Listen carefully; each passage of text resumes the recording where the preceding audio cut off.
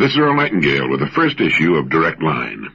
The purpose of this new program is to explore ideas, the best ideas from the past and present as they pertain to you and me and the mystery of our lives. Ideas about people, why they do the things they do, and why they don't do some of the things they could do. Why they live the way they do, believe the way they do, work and play the way they do. Our most distinguished and eloquent researchers in the field of psychology and psychiatry tell us that our affluent society has not brought us happiness and joy. On the contrary, people in the highly developed, wealthy nations of the world seem to be suffering from a malaise made up of boredom, apathy, and general depression. We know that people are at their best, that is, they seem to be happiest and most energetic, when they're striving toward the fulfillment of what seems to them to be good and worthy ideas. Isn't that true? People move mountains and dance and sing far into the night when they're swept up by a great idea. There's something about the human creature that makes him godlike when he's moved by a great idea, and apathetic, bored, and depressed when he's not.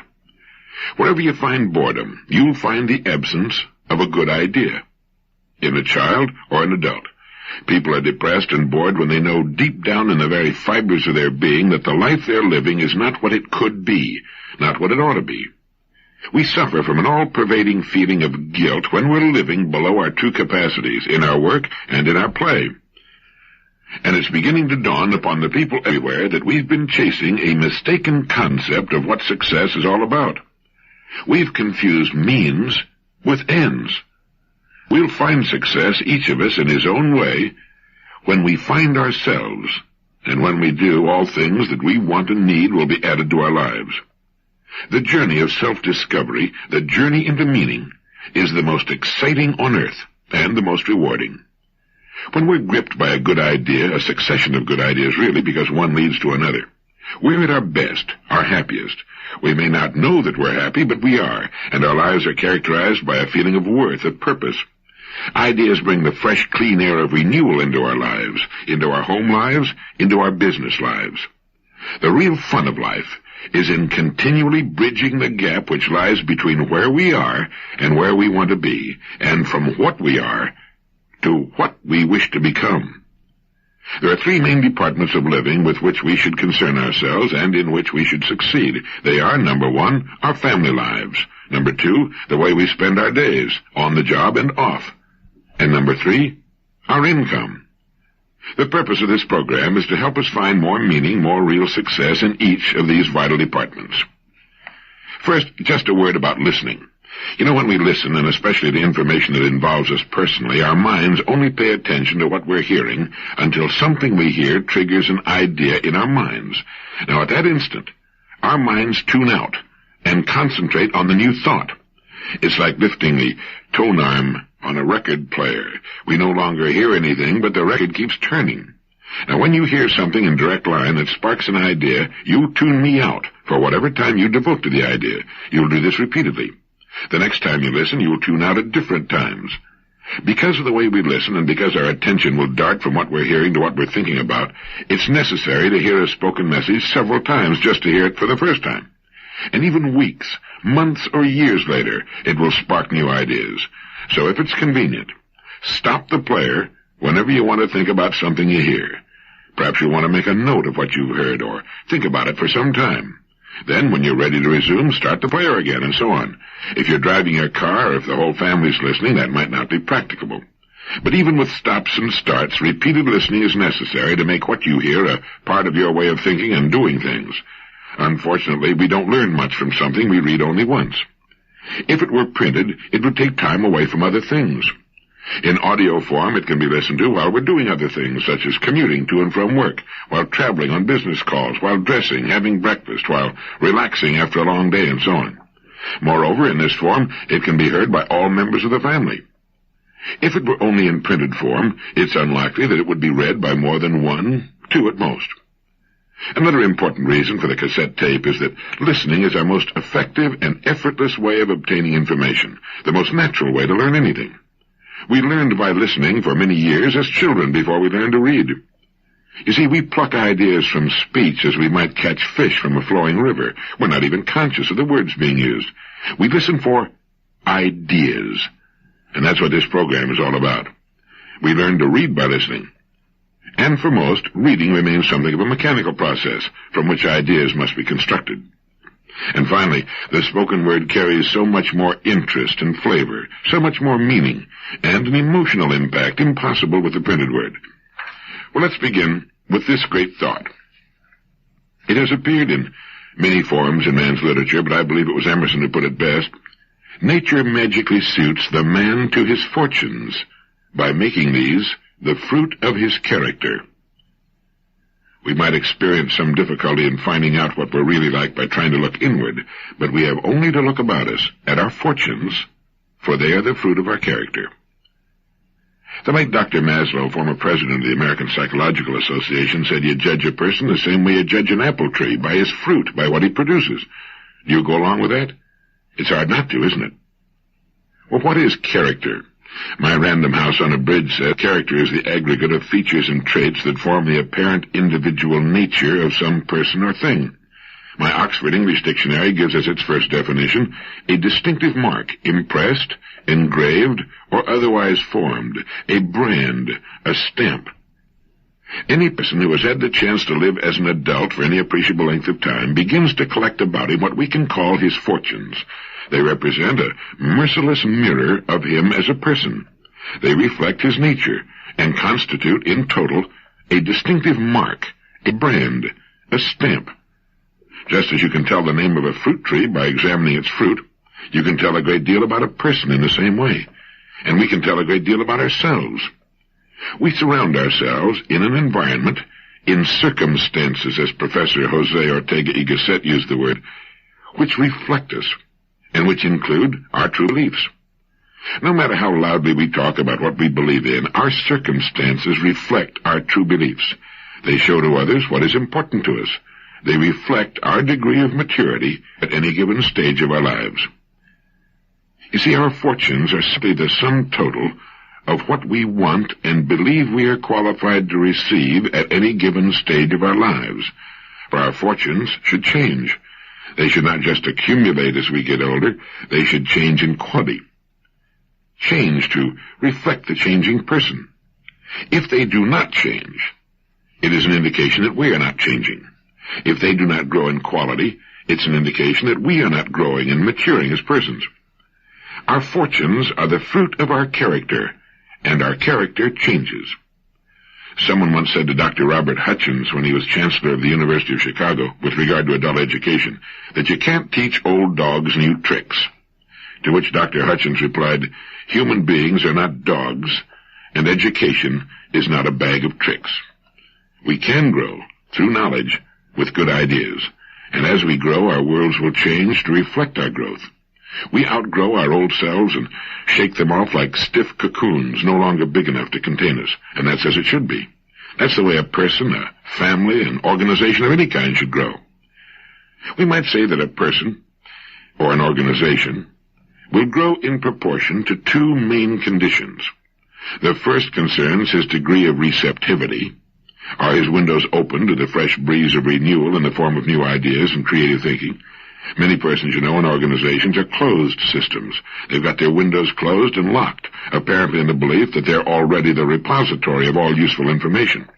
We can all name such persons and such organizations, some quite large, but shrinking.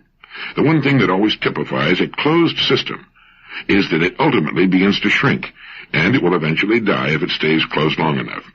Any person or persons making up the management of any sort of organization who feel no need for new ideas, or who do not challenge their own beliefs from time to time, are on the road down toward stagnation and decay. And the second condition governing a person's or organization's growth will be determined by the source or sources of ideas. Now, if our ideas come to us only from those by whom we're habitually surrounded, those who live much as we do, we'll tend to do little more than reiterate and fortify the ideas we already live by. That's also true in an organizational sense. A person can be said to be an organization, indeed a highly complex organization. Like any other sort of organization, the overall success will be determined by the quality of management. Just as the success of any business or other organization depends for its success or failure upon its management, so does the success or failure of a person depend upon the way he manages himself. We're all units of production. We produce things and words and attitudes which reflect our management, and the quality of our product, our total product, will be determined by the quality of our own self-management. Now, we can determine the quality of our overall product by simply assessing what we're being paid for it. It's true for a person, or for a business firm, or any sort of organization. And we might say the quality of our management will be determined by the quality of our ideas. The main ideas of our lives are the main roads on which we travel. So where do we get most of our ideas? When you ask about the extent of a person's education, you must ask, who were his teachers? We need to ask ourselves the same question. We can change, we can grow, and as we change and grow, our fortunes will reflect that change and growth. That our character is the architect of our fortunes is an interesting idea, isn't it? It's so interesting that it could bring about a significant change in our way of living. It could modify or completely change our goals in life. It gives us a way of assessing the quality and the importance of the product we're producing in each of our important divisions. Let's say a company has 3 divisions. 2 are doing well, 1 is losing money. Now, the one that's losing money, provided it's been losing money for some time, would seem to indicate that it has poor management, or else it produces a product or service without sufficient demand on the part of those it would serve. Now, the same can be said to be true of the different departments of our lives. Quite often a person will be great in one department and poor in another, great on the job and making a living perhaps, but poor at home, or great at home and poor on the job. I think we can safely say that every relatively normal person wants to succeed in each of the 3 main departments of living, in his family life, in the way he spends his days, that is, the work he's chosen and the way he chooses to spend his free time. It's surprising, how many people tend to forget that they chose their work of their own free will, just as they chose their spouses of their own free will, and the main direction of their lives of their own free will. And we all want to succeed in the income department. That is, we want an income sufficient to fulfill our wants, not just our needs, but our wants as well. Now, we control our rewards in each of these departments. If we've been adults for any real length of time, and if we've achieved any real maturity, we must admit to ourselves that our rewards in each department are commensurate with our management, with our success in interacting with those upon whom our success depends. Now, that's an idea we will accept or reject, depending upon whether our windows are open or closed. I mentioned earlier that we often confuse means with ends. For example, an automobile is a means to an end. It's a means of getting from point A to point B. Money is a means to an end.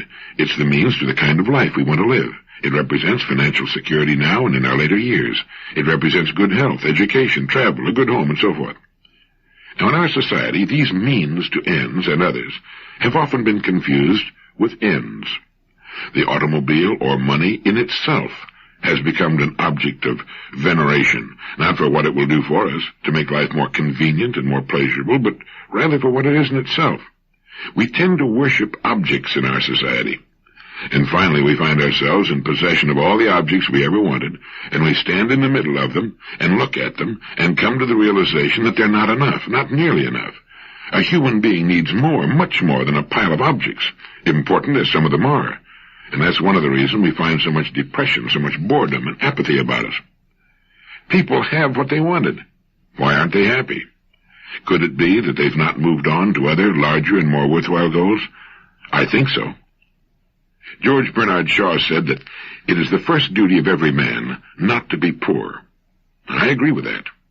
Poverty has never brought happiness. We see it staring from the hunger-ravaged faces of the world's underprivileged. We see it in our ghettos. But there are 2 kinds of income, psychic and tangible. Now, psychic income is the income of the mind and feelings, the kind we get when we look at our loved ones or when we've done a good job. Psychic income is the income the firemen get roaring through town with the sirens screaming. It's the income a police officer knows when he straps on his revolver and assumes the authority of his uniform. There's psychic income that comes with a promotion, with the executive suite. It's excitement and satisfaction, and it's perhaps the most important income we receive from our life's work. We can make a living, we can get rich doing many things, but psychic riches come from being in the kind of work we like, doing the things we want to do. Conrad Lorenz, in his excellent book, On Aggression, tells us that the drive to fulfill oneself to realize, if possible, the potential of one's unique endowment is coded in our genetic instructions. And it's going contrary to our genetic instructions that causes us anxiety, guilt. We seem to know that there's a way to live that's better than the one we're settling for. Now, families, schools, society all work to fit us into established pigeonholes, and for some it's fine. For others, the shoe doesn't fit. It hurts. It rubs and chafes and can become agonizingly painful. No psychic income there. So those must seek it off the job in hobbies and avocations, or change the job. But we need to get it somewhere. Psychic income is an important part of our income picture. As to financial income, it should meet our requirements.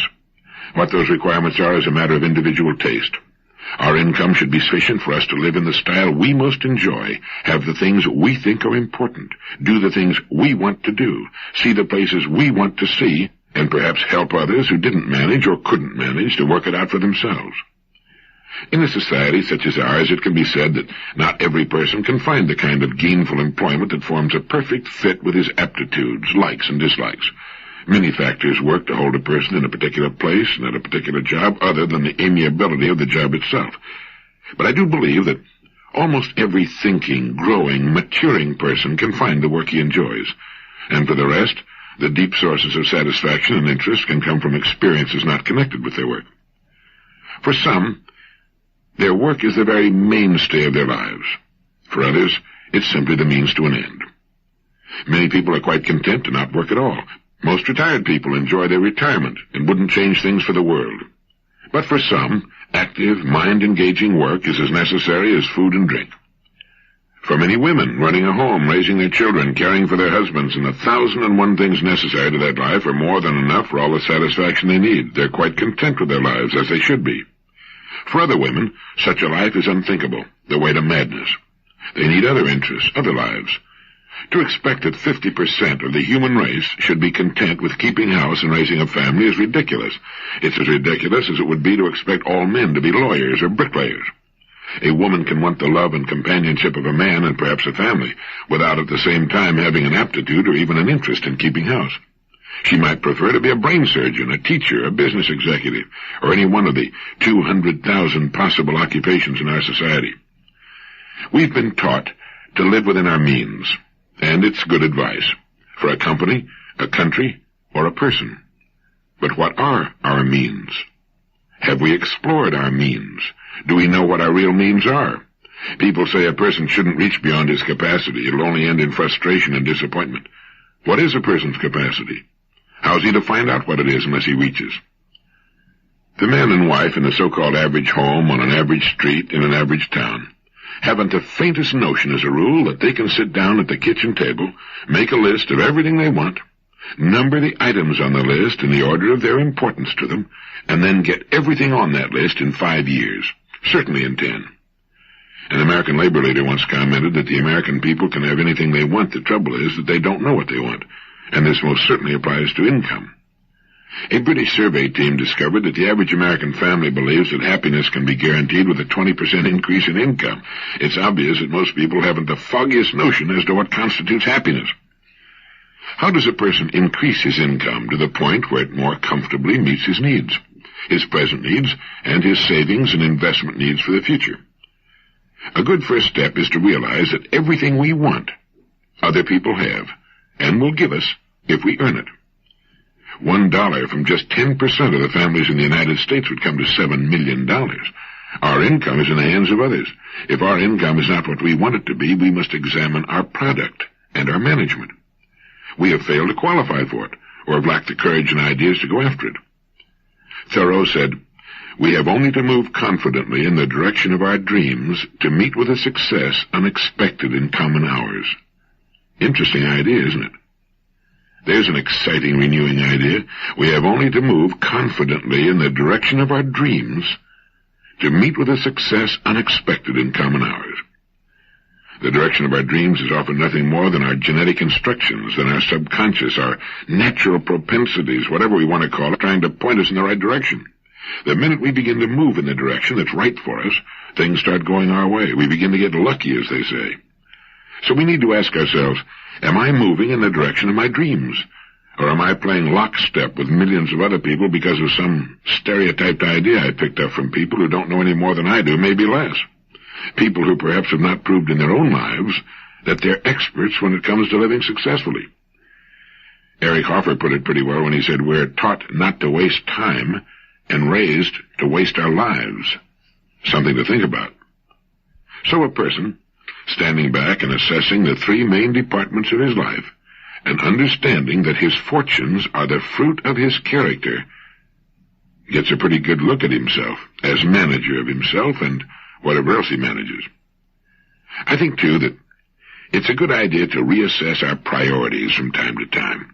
What is really important and what isn't? The mature person has this question pretty well straight in his mind. His goals, his needs are his own. They do not necessarily mirror those of the majority of other people. I think we'd be safe to say that with the mature person, his goals and what he considers to be important in his life will not be those held by the majority. The fact that he has goals sets him apart. Recent research into the modern plague of cardiovascular disease, with millions dying of heart disease years before they should, has turned up convincing evidence that we're bringing heart disease upon ourselves because of our lifestyle, our penchant for speed simply for speed's sake, by our impatience at delay, by our headlong rush toward what? Where? Where are we going? What's the hurry? The maturing person agrees with the great Swiss psychologist and psychiatrist Carl Jung, who said, "The supreme goal of man is to fulfill himself as a creative, unique individual according to his own innate potentialities and within the limits of reality." And we can do that without a headlong, frenetic charge. You know, when we study golf under a good instructor, we're amazed to learn that an easy, slow, rhythmical swing gets the best results in direction and distance. As my good friend Julius Boros says, swing easy, but hit hard. It's the same in tennis, any sport. It's balance, it's rhythm. My good friend Herb Trude dropped in the office the other day and said, "You know, we Catholics are on the birth control bandwagon too. It's just that we're in the rhythm section." It's good to remember, where our businesses are concerned, where our lives are concerned, it's quality and balance. It's living in balance that counts, that gets the best results, always. We'll live longer and in better health, do better, and enjoy it more. Unless we're doing piecework, it isn't the time we put in, it's the ideas we get and put to work. Everything we see about us that's man-made was once an idea in the mind of one person. Our ideas can be just as good. It takes maturity to realize that, as a rule, happiness and contentment do not come when we reach our goals. We're amazed to find that we were happier, more contented when we were striving toward them. I remember reading a comment by a New York University professor that went something to the effect that while dissatisfaction may be uncomfortable, the real disasters in life occur when we get what we want. He was referring to some of the larger goals of society, but the same thing often applies to us as persons. When we stop striving toward something new, something we find worthwhile and interesting, we begin to die. It's believed that's why teachers, scientists, writers, philosophers, farmers, and others who constantly have something new to look forward to tend to live such long, healthy lives.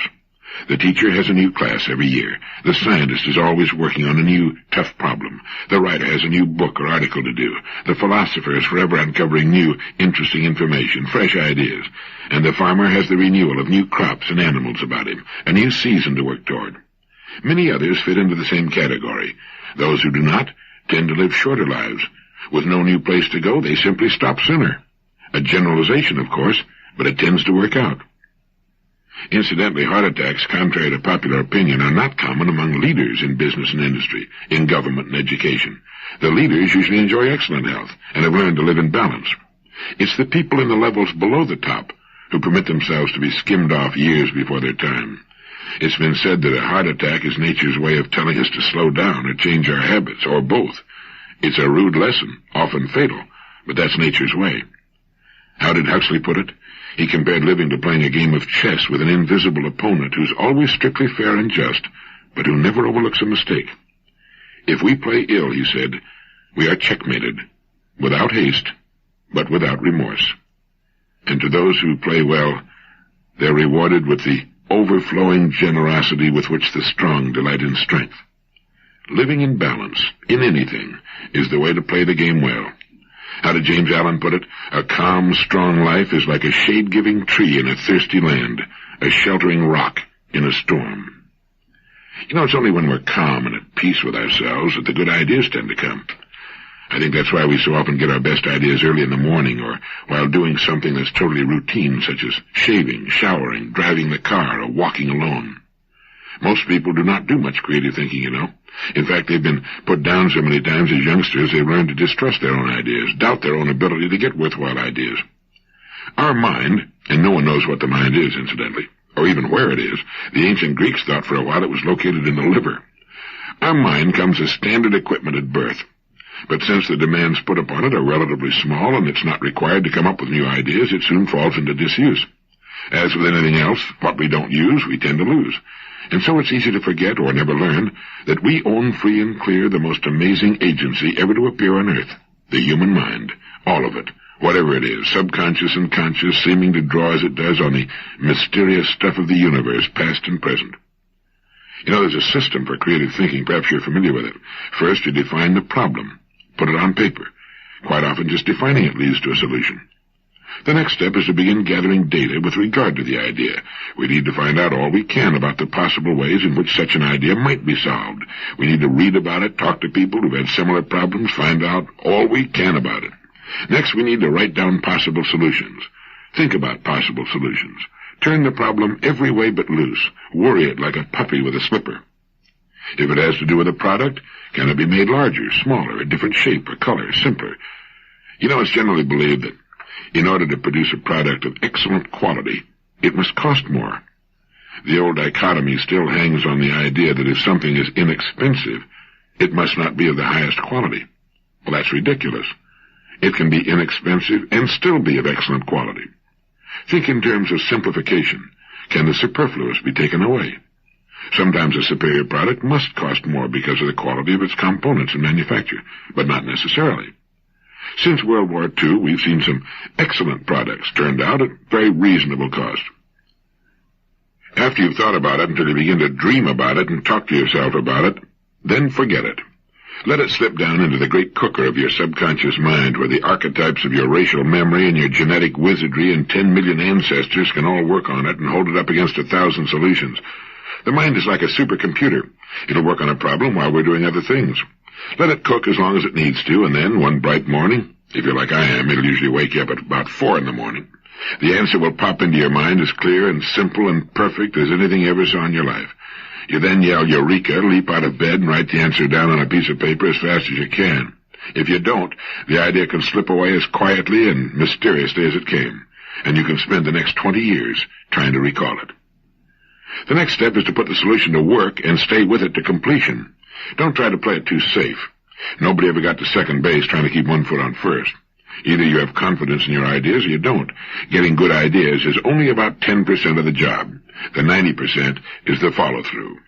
The person who will follow a good idea through to completion is one of the most valuable people in our society. Every problem is an opportunity. Our opportunities are an exact ratio to our problems. We have great national problems. Therefore, we have correspondingly great national opportunities. The bigger the problem, the better the opportunity. Problem, pollution. Great industries employing many hundreds of thousands, perhaps millions of people will be built upon the problems of air, land, noise, and water pollution. Problem, population. Population means people, and whether you're serving their growing needs or helping them to hold their numbers in check, you've got opportunities. Millions are already being earned in these problem areas. There seem to be two main classifications of people in the world, the big group, which is made up of those who are part of the problem, and the small group made up of those who are part of the answer. Which group we choose to be in is up to us. A professor at MIT has said, the changes taking place in the world today are not merely changes from one form of society, one form of technology to another. They're so wide-sweeping that they're taking us from one major epoch of human history into another. We are in an order of change which is completely different from anything our ancestors knew, unless we go back 10,000 years when they invented property, ownership, work and mechanics based on the wheel. Change. Unprecedented, amazing change, and you and I are right in the middle of it. For some, change represents a threat to the status quo. For others, it represents unprecedented opportunity. For me, and I hope for you, change always represents new opportunities for growth, development, for the setting of new goals, for the moving on to new vistas, for the fresh breath of renewal. We don't know much about anything, really, but most of the top people in the disciplines touching on human conduct seem to be certain of two major points. One, the average healthy person functions at a fraction of his true capacity, and two, that the most exciting lifelong adventure is bringing more of our real powers to bear in our lives.